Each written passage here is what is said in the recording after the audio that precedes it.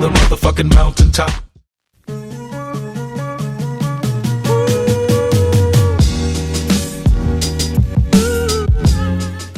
Hey guys, today I want to show you the rock climbing gear I always have with me when I'm traveling. So let's start. It's my belay device and it is a Petzl Reverso. And I use this one because it's really good when you want to belay your partner from the top of the climb.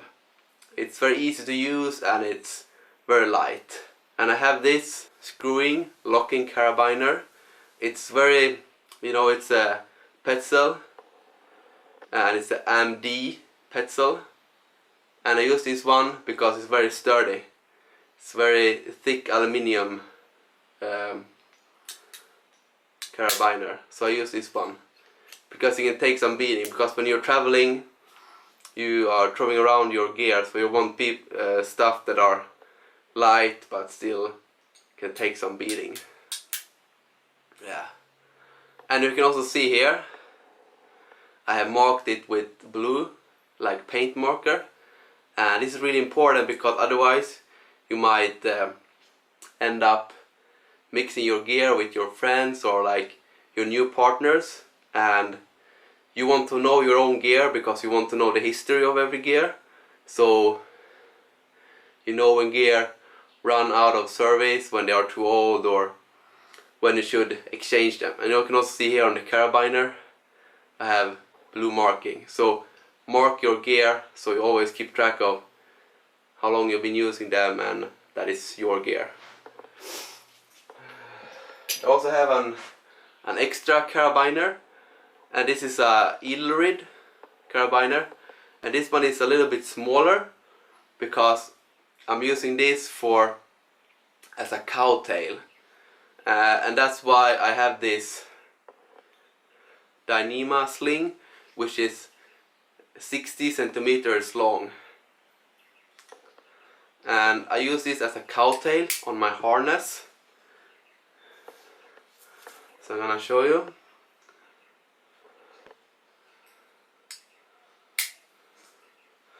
I do like this.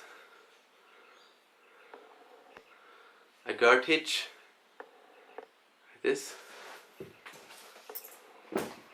I take my harness, put it in the belay loop, and this is very good when you're doing lead climbing, so you can secure yourself when you want to make it easier for the belayer to hold you, so they don't have to take your weight all the time. You should never ask the belayer to get off belay when you're using this one, because this is static. This is not a secure point. This is just to make it easier for the belayer when you want to work on a crux, like you want to see where to move, or if you want to clean anything. So this one is really good, or if you want to rest. But if you want to do this, watch a tutorial about how to do this and use it. Don't take this video as a tutorial to do it. I'm just showing my gear now. So, yeah.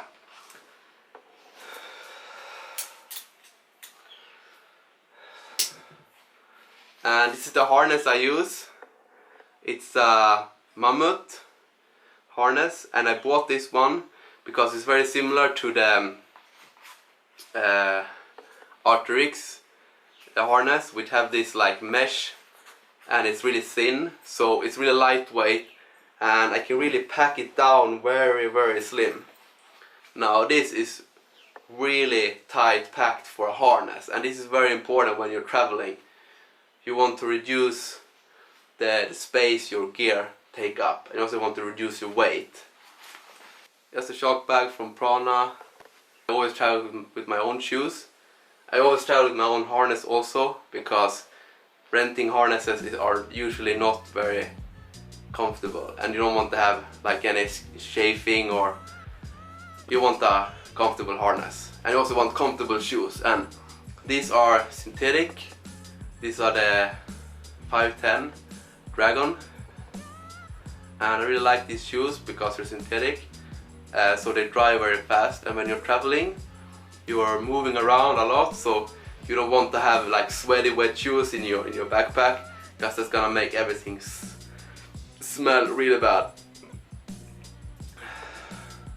So you want to have synthetic shoes when you're traveling.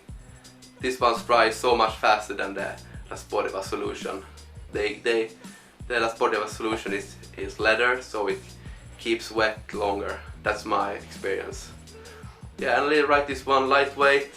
This one are pretty tight for my foot, but that's good when I want to boulder, so I get the feeling. And I always travel with a little bit extra of climbing standard rope.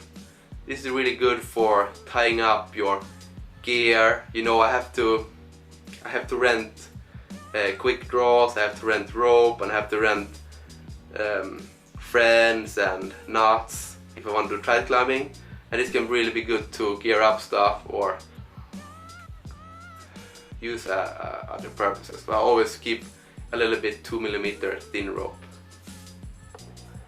And this is a trigger massage ball, and when I'm climbing a lot I use it to massage my forearm. So roll over, cross over the fibers like this. I usually get pain here, so with this ball I can massage over my fibers. This really helps when traveling, when you might not have access to like a masseuse or big devices. So this one is really good. I made this myself with a 3D printer, but you can buy similar sizes balls on internet. Pretty good tool. Garmin watch, which I bought in Thailand. It's really good because I can see the altitude, and this is more for mountain climbing, less for rock climbing, because when I do rock climbing I usually know how high I am and how high I will go, because you can usually see the top of the ascent. But when you do mountaineering it's hard to keep track because you're walking so long. So I use this watch to keep track of the elevation, distance, heart rate. Also use this for rock climbing to measure my heart rate. So I know if I'm doing a multi-pitch, like 4 pitches, I don't want to take out myself too much in the beginning, because then I will be tired at the end. So I want to have a good heart rate, not too high, like around 150, 160 is pretty good for me. Then I can last longer. And here is the heart rate monitor that you strap to your chest. Sea to Summit waterproof bag. This is for my phone. And here we have a big watertight bag. This is also Sea to Summit. I keep Sea to Summit because I think they make quality products, and this is 20 liter. This is a Berghaus Extreme, and I had this one for like 3 years and I'm really happy with it. It's got ice axe straps. It's really useful in the winter, so I just strap my ice axes here and put them up here. And this backpack also have loops, gear loops here by the wrist, the waistband. This is really good when you're doing like multi-pitch trad, when you're having a lot of gear. So this one will actually release a lot of pressure that you have on your harness. If you're gonna travel somewhere where you don't know if you're gonna be able to climb all the time, it's good to keep your fitness high, because you wanna be the strongest when you go for your projects when you're traveling. So I keep a pair of these gymnastic rings. Really good tool to keep strong while you're traveling.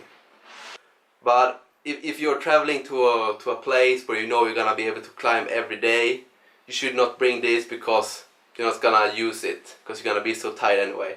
But if you're gonna do a longer trip, you maybe go to Peru, you're gonna go to Cusco, and then go to Machu Picchu and do some hiking and climbing, and you wanna stay like fit in your upper body while you are doing the hiking, this is a great tool, because maybe later you go do some rock climbing or do some mountaineering in the Andes Alps. So this is a great tool to keep your upper body strength. This is maybe like 300 grams, they're about 600 grams for a pair of these. But if you're traveling a long time and you want to keep your strength in your upper body, bring this. Really cheap, really good. Yeah guys, so this is the equipment I bring when I'm traveling, and I'm a rock climber, I'm mountaineer and also do ice climbing. But this is the gear I always have with me. And I have this gear with me because it's really important for me, and like the shoes and harness. It's very important for me that they have a good fit, because otherwise my climbing experience isn't gonna be as good as it should be. And I don't carry my own quick draws, I don't carry my own rope. I have two ropes. I have one single rope, 70 meter, and I have a twin rope, so it's two ropes, 60 meter. And you know, the single rope that's about 4.5 kilo, and the both twin ropes, that's about 8 kilo. So that's a lot of weight to carry around if you're traveling. So I only bring those tools if I'm going to a place and I'm just gonna climb. But this is tools I always bring when I'm traveling, because ropes are pretty easy to get. You can rent it, or you can find a partner where you go. Like, I'm in Gold Coast, Australia right now, and there is a climbing group, and you know, people live here, they have the gear. And you know, when I was in Sweden, I had a lot of gear, so when international people come to Stockholm and climb, you know, I let them borrow my gear, or we go climb together. And the climbing community is really good that way. You know, we share stuff, and I mean, not everybody, but that's my philosophy. Like, you share what you have with the people that come. I don't carry any trad gear because my trad rack is maybe like 7 kilo. You know, it's a lot of friends, a lot of knots and hexes, and a lot of slings and carabiners. So there's gonna be a lot of weight. So when I do trad climbing, I usually make my family ship it. So like right now I'm on a long trip, so I'm gonna do some trad climbing in Australia, so I'm gonna have my family ship the trad gear to me. But the trad gear is too heavy to take around the world. And you can also find a partner who has the trad gear, but make sure you check the trad gear before you use it with your new partner, because don't just trust them that the gear are okay, because the gear is taking care of you when you fall. So you wanna make sure it's good, and you can't come like after injury and say, oh, you didn't check the gear was bad, you know, because you already injured yourself. And it's your responsibility to make sure that the gear you use are as good as it can be. So stay strong guys, love you, I hope you enjoyed this video or got some good information. And if you have any questions, just ask them down below, and stay strong.